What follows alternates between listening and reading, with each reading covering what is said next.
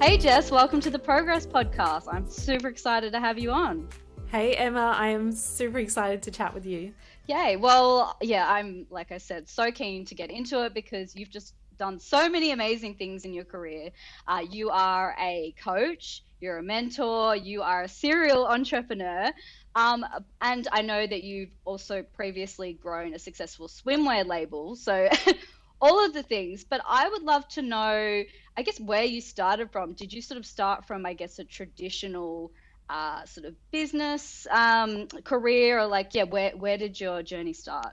Yeah, so funny story. I think we've all done this. When we are 17 and you're finishing up uni, I think you guys, finishing up high school, I think you guys finished when you're 18, but we finished when we were 17 over here in WA. And you're like, what the heck do I do? So I thought, probably got to go to uni. Like I always loved school and loved the academics. Like I always enjoyed that. Physics was my favorite subject, which people are like, you're crazy. Wow. So I was like, oh, maybe I'll be an engineer or maybe a psychologist. And then I was like, no, I'm going to be a CEO one day. So I have to study management. I just had this idea. I was like, I'm going to be a CEO.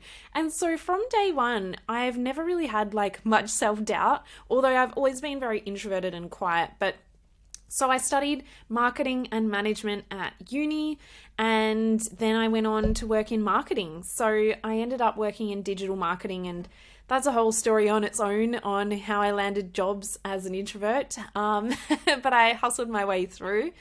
And yeah, I was working in digital marketing for a while. So I had the idea for my first business back in 2015, which was Ete Swimwear. And I just decided, again, I'm going to start a global swimwear brand with zero clue what I'm doing. Yeah, and zero experience in fashion, zero experience in manufacturing, zero experience in running a business. But I was like, hey, I'm going to start a global swimwear brand, and it's going to be amazing. So that's kind of where it started. I definitely didn't have knowledge on what I was doing. I had digital marketing knowledge, but it's very different. So working in corporate, I was managing $500,000 budgets every single month on just Facebook ads. And it was quite like advanced strategies. And so when I started my business, I was like, great, I've got this marketing down pat. I'm going to use this and apply it to my business on a smaller budget, because obviously I didn't have $500,000 every month for ads. And it didn't work. It didn't work though, because the corporate way of working is not always making sure that you're getting a definite ROI, or they have brand awareness and they have all this other stuff. So the strategies, even though I had marketing knowledge, I still built my own website and things like that, but it didn't really help me at the end of the day. So yeah, it was starting from scratch. Yeah, I love that. And sounds like you've had to figure so much out as you go, which is always the way along, like on any entrepreneurial journey. And some people aren't as committed to figuring it out as others. And I think that is really what separates the people who do succeed in this world to the ones who don't. I want to touch more on like how you sort of transitioned from, having a swimwear business, which I think you still have, but also moving more into the self-development world. But I wanted to ask you, you mentioned that you never really had much self-doubt, which is amazing. And I know we're going to talk more about like introverts and what that means to be an introvert, but it sounds like you kind of have a bit of like inbuilt quiet confidence. Where do you think that came from? That sort of like inner knowing and ability to back yourself? Yeah, I feel like I was born with it, to be honest. I've always, when you were back in primary school and you got your honour certificates, and mine always said like quietly confident or quiet achiever or all of these kind of things, which I know they're meant to be a compliment, but hey, it's like putting me into that quiet box pretty early on. That's something I want to talk about too, because I can relate to being told you're quiet, and it comes as self-fulfilling prophecy. But sorry, continue. Oh my gosh, so much. So many things that we could talk about right now. Yeah, I just feel like I was born with it, to be honest, and it's just the way that my brain worked. So even with starting the swimwear brand, I just said, hey, I'm going to start a global swimwear brand. I never had the thought of, I don't know what I'm doing. How can I do it? I've got no money. I'm 22. There are so many thoughts that could have crossed my mind. And the only reason that I can list those off now is because I work with women every day on this. And I realize that not everyone thinks that way. And I'm like, wow, why didn't I have any of these thoughts? And I've tried to unpack it. But to be honest, And people always ask me this, like, what mindset blocks have you had to overcome? And the only real one was moving through my own like external confidence, probably, and just being seen and visible as an introvert. But the rest of it, I've always been more than confident, and I'm kind of like, let me just show you. Let me just show you, because I'm going to do some pretty massive things, and just you wait. So I've kind of loved that people underestimate me, because I just come out of nowhere and they don't see me coming, which is good. Yes, underestimated. I love that. And it's amazing that you sort of came in almost as like a blank canvas who didn't have all of the mindset shit that a lot of people do, because that means you can teach that to other people, like Yeah, and I've done a lot. The thing is, it's not just saying, oh, you have to think this way because I think this way, but I've done so many certifications with like NLP, with hypnosis, with so many different mindset tools that now I can use in my coaching to not just help people with their business, but with their mindset. Because if I didn't believe that I could make a global swimwear brand, I wouldn't have flown all the way to Melbourne to do my photo shoot to look super professional. I wouldn't have gone overseas to do my first manufacturing run. I would have thought, oh, let me find someone local and do it as a bit of a hobby, and then I'll see. But the problem with that hobby mindset is it's a self-fulfilling prophecy. So because I decided it was going to be global from day one, I had orders internationally from day one, but that wasn't luck. That was because I did the marketing in a certain way. I targeted influencers. I did the photo shoot to look professional. And then I was invited to New York Fashion Week after 1 week in business. And it's still pretty crazy that it happened, but it's because I was showing up online. I'd built a huge following. I'd done the photo shoot that then the scouts could see, oh, hey, this brand looks pretty professional. They didn't even probably know I was only operational for a week because of what I'd built. And so it all creates the reality that you have based on your thoughts. And I didn't have any doubt that it would be global. That's the thing. So a lot of people think, yeah, I'm going to set a global brand and I'm going to do this massive thing. But subconsciously, their mind is saying, but you can't. But you shouldn't. But you can't do that. You're not worthy of that. So subconsciously, they're not aware of that. And they're like, Jess, I have big goals. I'm trying to create a global brand too, but it's just not working. And by them saying it's not working, they're just now reinforcing the idea that it doesn't work. So it's like, it's a catch-22, but once you can bust through those, then it's super powerful. Yeah, and on that note, so how did, obviously, you walked the walk before you talked the talk, you built your own successful business, but how did you sort of transition into, helping others do the same? Or what was your sort of first foray into the self-development world? Yeah, so I actually started then 4 other businesses in the meantime. So Yep, casually. in 2019, I was running 5. So I had like an influencer travel agency where I was taking influencers all over the world, traveling and promoting brands there. Then I had a bricks and mortar events and photo shoot venue. And then I was also doing a little bit of photography on the side, and I was also doing my coaching. So I had a service-based business, bricks and mortar business, an agency style business, and an e-com. So I've I don't know what other business models there are, really. It kind of covers them all. You've ticked all the boxes. Yeah. But then I had a lot of questions. So probably back in 2018, so I would have been 2 years into my swimwear brand, and I had a couple of the other businesses. I started just getting a lot of questions around like, hey Jess, how did you do this? Or hey Jess, how did you have so much success with that? And I was like, all right, yeah, I'll jump on a call with you. They were like, hey, can you mentor me? And I was like, well, I don't know how to mentor people. So I just used to jump on calls and I was like, yep, that'll be $100. Or I just like made up a number. I had no idea. And I would just jump on calls and literally just tell people play by play, step by step how I did things.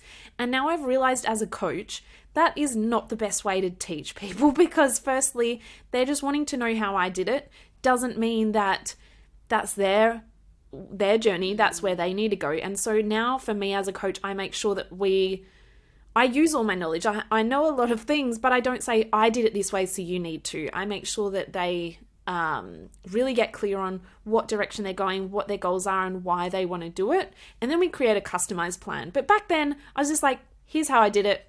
Write down all your notes in an hour and then see you later. So I was helping people, but it wasn't that impactful. Like, it wasn't changing their life. They might try it for a bit, might work, might not work for them. And then that was it. So I did that. And then I had a coach. So my first coach really taught me how to just get out of my comfort zone, how to build my confidence, how to do all of this. And he actually saw the potential in me. He was like, hey, Jess, I think coaching would be really awesome for you. And then there was a time where I was meditating, and it was part of this program as well. So I don't normally do an hour-long meditation. It was really uncomfortable for me back then. But I was doing this meditation, and when you're in those states, obviously you're more into your subconscious mind. And the idea just came, and it was like, Jess, you need to be a coach or a mentor for young females, because I didn't have anyone when I was starting. I literally figured it out all by myself. So I was like, I need to just be me, because the only coaches that I saw back then were like men in suits. And I was like, it doesn't really vibe with me. It's not really what I'm about, but it was definitely an awesome process. So he actually paid for me to go through the coaching certifications and things, because then I became a coach for them. So in their company, they had a team of coaches.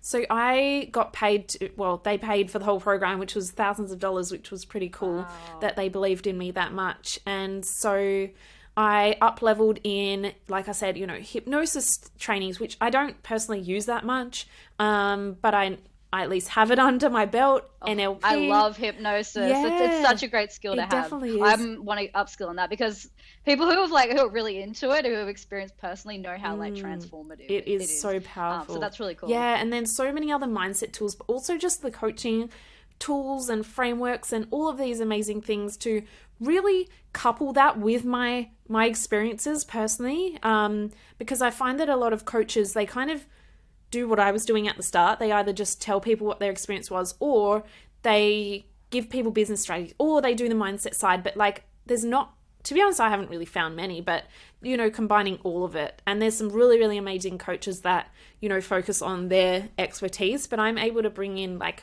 a bunch of different stuff. So that's kind of where it started in a nutshell. And then I started my membership first and kind of went from there. Amazing. I love that it kind of happened so organically. And what I really love about your journey, and like what I'm all about as well, is taking imperfect action. Mm-hmm. It sounds like that's really what you've done. And like, even if you didn't really know what it looked like to coach someone or mentor someone, you're like, oh, okay, I'll say yes and figure it out as I go. And then that's led to other things. That's been the motto of my story the whole way. Even with the New York Fashion Week situation, I was invited. I had zero money, zero clue what I was doing. I could have said, who am I to go to New York Fashion Week and be in this Australian showcase with so many other amazing Australian brands? Like, there were so many reasons why I could have said no. Firstly, I couldn't afford it because I'd just spent all my money on my first launch and hadn't sold anything. But I said yes, and literally figured it out. You jump and then the parachute just appears. Yeah, I love that. Sometimes it doesn't appear, but that's okay. You get back up. No, and yeah. I'm so fascinated by the fact that you have successfully started so many businesses. Obviously, it sounds like you're quite a multi-passionate person, or you like to be doing lots of different things at once.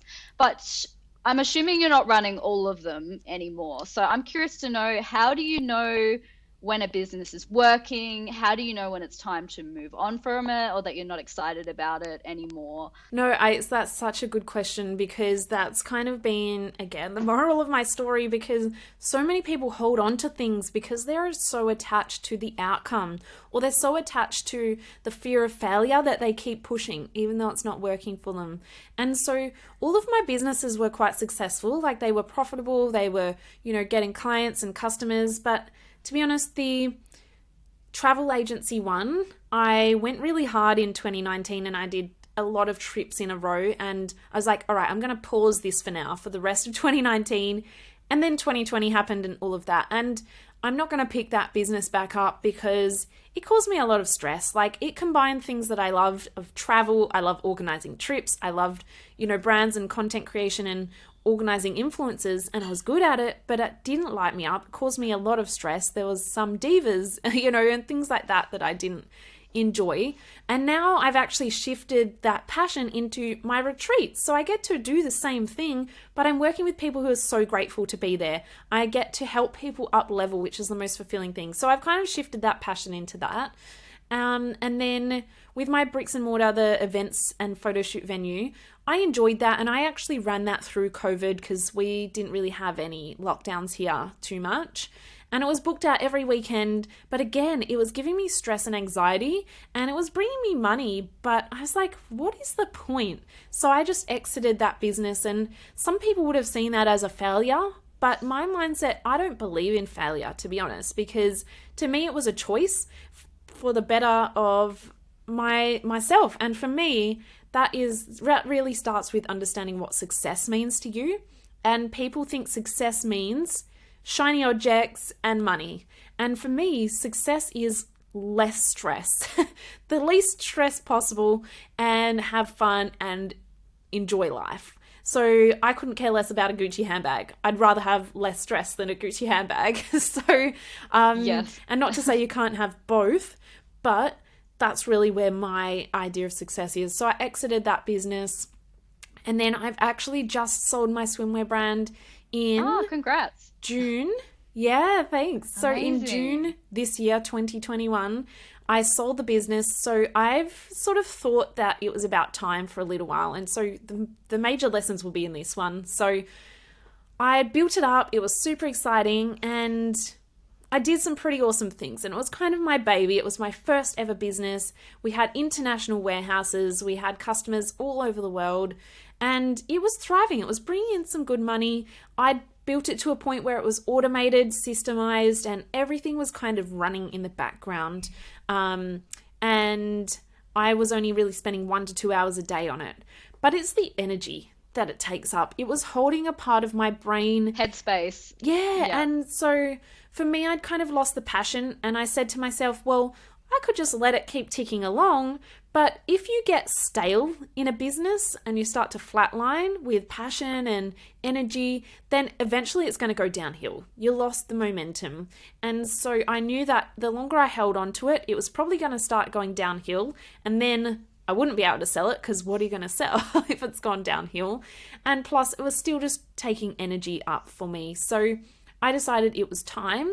I firstly didn't know how to sell a business because it was a global business with global warehouses and all these stuff. So I eventually figured it out and I put it up to sell early in the year. I can't remember when exactly, but it took quite a few months of chatting with a million different people about who wants to buy it. And for me, there was a few offers, but they was just like men who wanted to plug and play and do that. But I was like, I want someone who's passionate about, who really wants to take care of it, because it's like giving over my firstborn. And I wanted someone to really take good care of it. So I finally found an amazing buyer in San Francisco and they purchased, and then there was a few months of handover.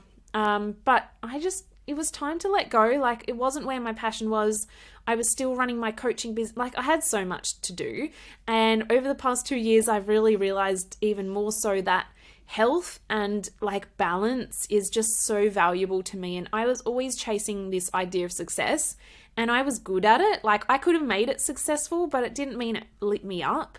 And so it was just really time to let that go so I could focus more on my health, what I'm really passionate about, which I feel like is my coaching, and go to the beach more often, because I started a swimwear brand and then I probably got to the beach once a year because I was just too busy. And so I'm really just redefining what that looks like for me. And this year I've probably been to the beach like a few times a week since September. Love that. And it's not even warm in September, but I did it anyway. and I live about half an hour from the beach, so it's not even that close. But, you know, just really reprioritizing what success means to me and just stepping into that. But I think a lot of people don't know what success means to them, or they think they know, but it's actually someone else's preconceived idea of what they want, or their own on what society thinks is success. And so I think it all really starts from that. And when you're clear on that, the decisions make sense. And it's not a failure. It's not a giving up. It's none of that. It's like, what makes sense to me based on what that looks like. Yes. This is all so true. I think people start, business or freelancing for a reason, like maybe it's the freedom or they're just sick of working for someone else, so they want to diversify their income. But I think it's easy to lose sight of like why you started doing it along the way. And then you like all of a sudden you're working even more hours than you were when you just worked for someone else full time. So I think it's so important to just like keep checking back in with like what actually are my values? Like what do I care about beyond what I think looks good on social media or like, Mm-hmm. those shoulds that like come in from external places. So I was going to ask you about when you first started your first business, was that your swimwear? The Yeah, swimwear label was the first one? Is that right? yeah. Cool. Did you go all in with it or were you working full time at the time and kind of did it as a side hustle from the start? Yeah, so I never really saw it as a side hustle. To be honest, 5 years ago, it wasn't even really a term. So I was Mm. just like, I'm building my global swimwear brand, but technically it was a side hustle. So I was working full time for the whole first year, actually. So I had a lot of toilet breaks. I had a lot of appointments that I had to go to. And by appointments, I mean just working on my business elsewhere or going to meetings.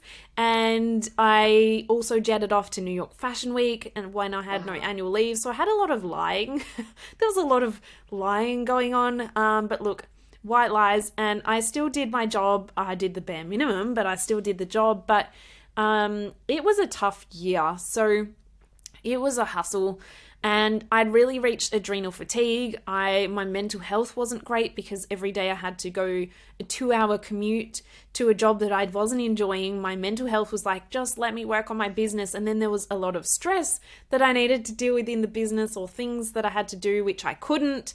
And for me, I get more stressed. Like when I'm stressed, I need to just action it and solve it so I can move on. Whereas other people sometimes do the opposite. When they're stressed, they do nothing. But for me, I have to action it.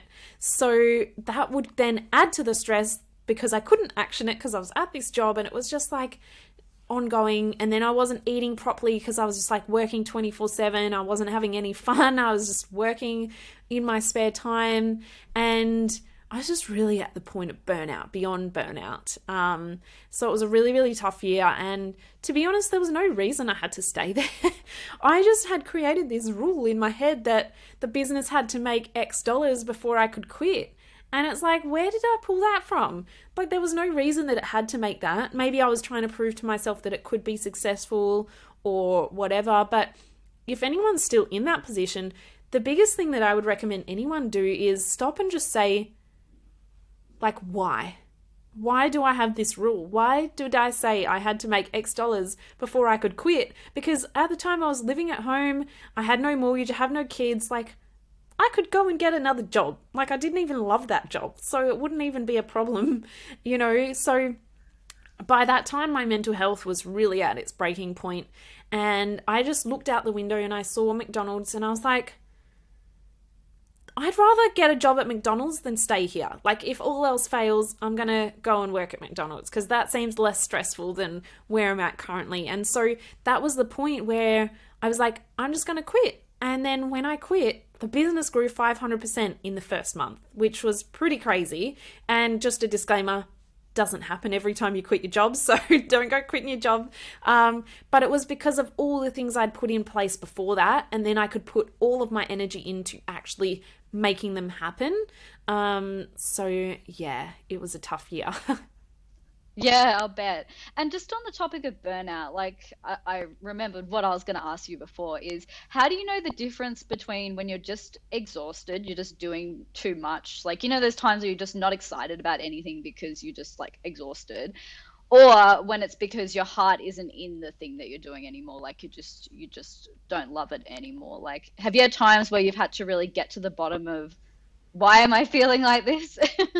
Yeah, so that's a really good question because I think also on the flip side, also people want instant results as well. So they're like, oh, it's not working, and then I'm just going to give up. Yeah, or it's just too soon. You just haven't given it Yeah, long enough. yeah, Yeah. exactly. Yeah. So I've actually released a whole podcast episode about this on my podcast Couch Chats called Self-Sabotage is Bullshit. So if you want to have a listen, I go into like a whole in depth, but I'll kind of paraphrase it here because I think it's like such an important lesson.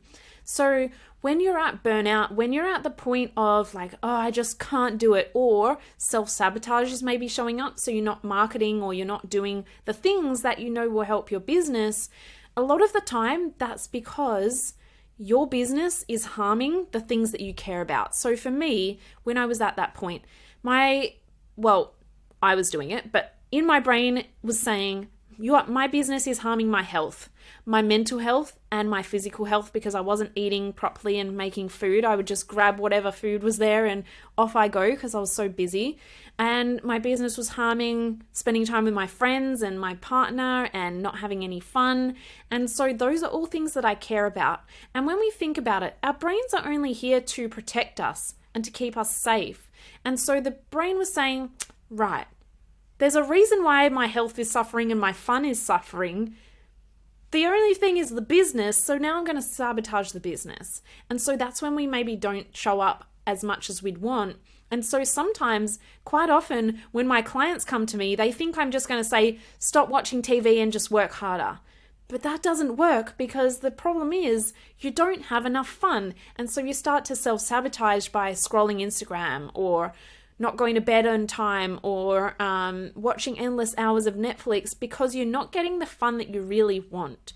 And so sometimes you need to just take a 2-day break. One of my clients was at her breaking point, and I just said, go and take a 2-day holiday away from your family, away from your business, and do that. And that was the biggest reset she could have had. And she was like, Jess, I really did not think you were going to tell me to have a holiday, because I've been just relaxing too much. But it wasn't that she was relaxing too much. It was that she was missing these things. And so sometimes we do need to take a step back. And so maybe if you're in that position, maybe take a proper break, like turn off your phone for 2 days, change your environment, go somewhere else, because sometimes even just changing your environment can change a lot. And then just be with yourself and just ask yourself, is this business something that really lights me up? Yes or no? And if it's not, then it's time to move on. But if it is, and you're like, yes, it is, but I just don't have the energy for it, then look for where you can make sure you're giving yourself what you need. And you don't need everything all of the time, but maybe you need a bit of fun. Maybe you need a bit of catching up with friends. Maybe you need to focus on your health for a bit.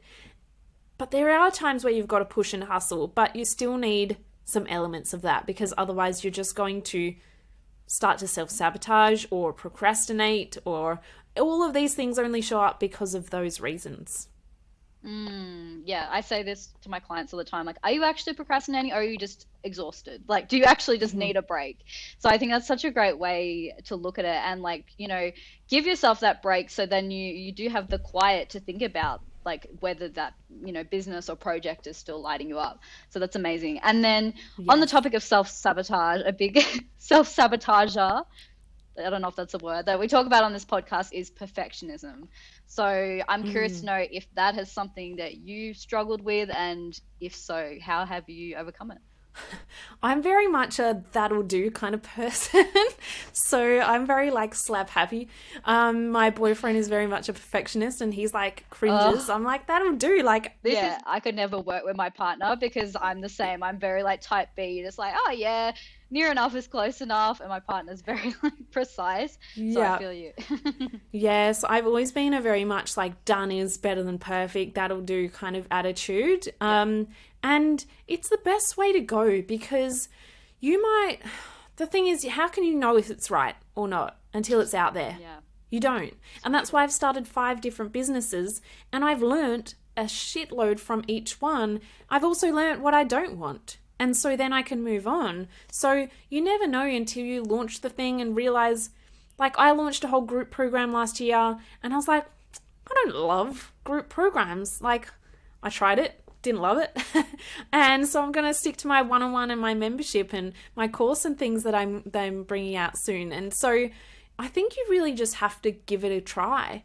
And I can't give too much advice because I haven't overcome perfectionism, but that is my biggest thing that I would say is, how do you know if it's perfect? Like, it might be perfect to you, but it might not be perfect to your ideal client. There's no such thing. Yeah, exactly. There's no such thing, firstly, but, in the eyes of a perfectionist, it might only be perfect to you, but that might not be what your ideal client needs. And so it's just, you could perfect it forever. One of my other clients wanted to wait until February to run a workshop that she'd been wanting to run. And I said, let's just run it next week. See how we go. You'll learn from it. And since then, she's already run 2 workshops, one virtually and one in person. And she was like, oh, they didn't go as well as I'd wanted and not as many people came. And I said, yeah, but if you waited till February, that would have happened in February instead. Like the amount of time would have made 0 difference. And then you're 3 months behind. But now you've got these learnings, you've built some confidence, and you've got like 5 people to come to your workshop or however many people came. Next time, you'll get more. And then you add it all up, and actually the sum of all of the efforts is bigger than waiting for the perfect time or waiting for it to be even better the first time. So true, because it's in motion. Like, you're better off making those mistakes early and putting something out in the world. Like, someone might, maybe not so much for a workshop, but like someone might find something that you put out imperfectly, like, 6 months ago, but they wouldn't have otherwise found. So no, I love that. And I want to talk about being an introvert, because this is something I can relate to a lot. I definitely identify as an introvert, which I know is different from being quiet. I think that's a major misconception that people have. But tell me a little bit about your journey, I guess, as accepting yourself as an introvert, and how, maybe it's been a little bit of a superpower in business. Yeah, so I think, yes, the definition of introvert is like where you get energy from being by yourself, but that's usually where the quieter traits come from, because you are more introspective, whereas extroverts get the energy from being around lots of people, so therefore there's usually a louder sort of situation. And then there's people all on the spectrum, but I'm very much on the I like to be by myself and I'm quiet end. Like, I'm all the way down that end. And so for so long, I just used to like to fly under the radar. I didn't want anyone to know who I was. When I first started my swimwear brand, I had all that confidence and I was like, this is going to be global and massive, but I didn't put my name on the website. I didn't put my name anywhere. I didn't want anyone to know it was me. I wasn't even on the about page. It was anonymous. And so that came from like a bit of a lack of confidence. And so what I see a lot of introverts do is they say, I'm an introvert, so I don't have to do public speaking. I'm an introvert, so I don't have to show up on social media. I'm an introvert, and I see people use it as an excuse. I'm an introvert and I was less confident, but I think you can be quiet and confident. You can be an introvert and confident. And I came on here, I've done many podcasts now, and most of the time I don't even know what the questions are, or I don't prepare anything. Yeah, the first time I did a speaking event, I was like, it was a 5-minute segment, but the thing is, I asked for this opportunity. I was like, okay, my business is new, I have not much money, how can I get awareness for free? So I was like, I'm going to go and speak at some events. So I messaged 1 million people, one person said yes, and she was like, you've got a 5-minute slot before all the other speakers. And I was like, great. But not great, because I'm shitting myself now. And so I spent about 4 weeks preparing for this 5-minute thing that all I had to say was, here's me, I went to New York, here's some photos. And that was about it. But 4 weeks preparing, practicing, stressing, sleepless nights, like anxiety about it.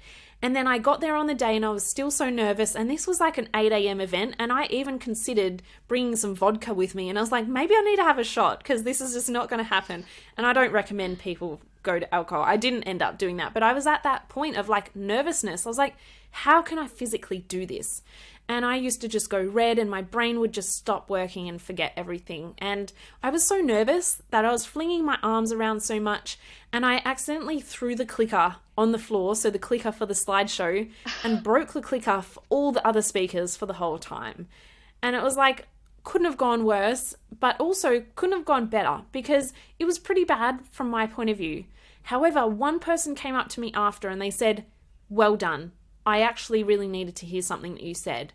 And that one thing made all the difference. And so since then, I now speak on stages and, do a lot of podcasts and show up online all the time. But sometimes I still get nervous. And when I'm in bigger groups or at bigger networking events, people don't even notice me half the time because I'm just listening and observing. But that is the power of being an introvert. We don't have to be the loudest one in the room. And when we do have something to say, it's usually something pretty powerful because we've been listening and observing everyone else and we're quite introspective. So it can be such a superpower. And to be honest, that is the number one piece of feedback that I get. So when I ran my retreat, when I do my one-on-one coaching, and I love working one-on-one, everyone says to be a coach, you have to do group programs because you earn more money and this and that, and you can impact more people. And I can impact people in a deeper way, one-on-one. And I attract a lot of people who prefer one-on-one as well, who can't find the attention that they need elsewhere. So there is a space for it, and I've just realized that I don't need to listen to what everyone says. I love one-on-one. I'm always going to do one-on-one. I might have some other programs that I do that help people in a wider way, but I love one-on-one. And the number one piece of feedback that I get in every testimony from my retreats, from my one-on-ones is, Jess makes me feel seen and heard, and I haven't found that in any other coach. And that just means so much to me because I can listen. And sometimes they come to me and they're like, Jess, I want this, but I want this. And they're mutually exclusive. They can't happen together and they've got these challenges. And I just listen and I ask questions. And then after listening to them for a while, I have the answer for them because I've listened. They don't just come to me and say, hey, Jess, I want to make 10K. And I'm like, great, I've got the answer. Here's the answer. I listen and I ask questions and I really get a deep understanding of what it is they truly want, desire, and how they want it to do. Then I can give them the answer. So as introverts, we have a superpower of listening and really going into deeper conversations and working one-on-one with people. And I know that I'm not great at group stuff. Like, I'm a very much an empath as well. And so I can really feel the energy. And so if there's one person in the group that's a little bit off, I absorb that energy. And so just learning what your personal strengths are. Maybe other people don't have the same strengths as me. And this is just an example because I think not enough people talk about the strengths of being quieter. They're like, oh, and for so long I thought I had to swear and I had to be loud and I had to be all this crazy stuff to be noticed or for people to take me seriously. And people still underestimate me. Like they come and they say, oh, are you planning on building your little coaching business to be bigger? And I'm like, what? Like, and even people used to say about my swimwear brand, they're like, oh, I love, that you're doing a little swimwear brand and that's so sweet. Are you, mostly selling to Perth? And I'm like, mate, I have global warehouses in Hong Kong and USA, and like they underestimate me because I'm quieter, but I actually love it. It's kind of like a little bit of a kick because I'm like, oh, well, you can think that. It's kind of like the old, I don't know who's the guy that made Facebook, but how he wears t-shirts and people don't even realize that he's Zuckerberg. Like he doesn't look he's rich. A massive. Yeah. And I think it's so funny that people still think this way in society, but I think it's fun. It's kind of good to be able to challenge that. And I do think that more people now are speaking about, being an introvert and how that can be powerful, but there's also the energy side of it. So I need a lot of time to myself. I work one-on-one with clients, but I also am very conscious of if I have a speaking event, if I have an interview, or if I have something, then I at least need to schedule time to myself afterwards. I can't do like back-to-back speaking events in a week, which I used to do, and I would then it would wipe me out for a month. Like, to be honest, a whole month. Last time I did a speaking event in January last year on my own, it was one day. It was like just during the day for one day. I was wiped out for a whole week after that until I really got my energy back. So it's just really making sure that you schedule in that time as well to recharge. Yeah, for sure. And I think that is one of the biggest challenges of running a business as an introvert. It isn't so much showing up and being visible, although there's obviously challenges with that. It's like, managing your energy levels. It's like can show up online, but you have to you make sure you're preserving your energy. Like sometimes I'll do like coaching calls, like if I do a couple back to back, and I'll feel hungover because that's how much as much I feel energized during the call, but after I'm just like, oh, I've said too many words. I need to. Yes. I rarely drink, but I often feel hungover. Yes, it's that just mental energy, and I think as introverts also. Because we're also expending that energy listening and observing, as well as talking. So there's a lot. Yeah. It's very cognitively demanding. But I love how you've turned it into a superpower, and it all comes down to that quiet confidence that we kind of spoke about earlier. And tell me about your amazing journal that you just launched. It's absolutely beautiful. I'm sure that must have been a big project to navigate, but yeah, I'd love to hear all about it. Yeah, so the journal, the thing is, because I work in mindset as well as business strategy, the thing that I saw a lot of people doing, like they were practicing gratitudes, but I was like, they just don't really get it. Like they're not getting the deeper reason. They're like, I need to practice gratitude because it's positive. But then they're like, I'm grateful for that I went for a walk today, or I'm grateful that I had food today, or I'm grateful that I have a nice bed. And now that's nice, but if we think about the Maslow's hierarchy of needs, that's like basic human needs at the basic human need level, or maybe the next level up. But when we're business owners, we're so often operating at like the top level, like self-actualization level or our self-identity level.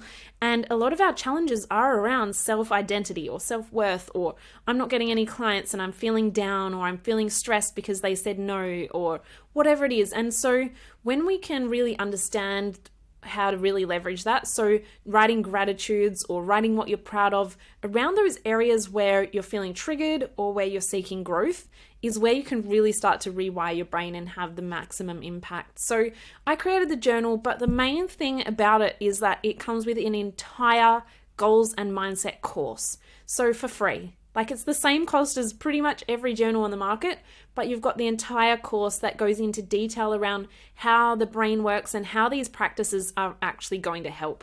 Because people might start with journaling and then they stop doing it because they don't really understand why they're doing it, and it's just another thing to do on their list, and they're not really seeing much impact or benefit. So I wanted to create the journal that not only has goals and business goals and lifestyle goals and all of the goals, because we just spoke about before, like having that balance is really key, but also the daily journaling and how to really work on that mindset and rewiring that side of things as well is so, so important.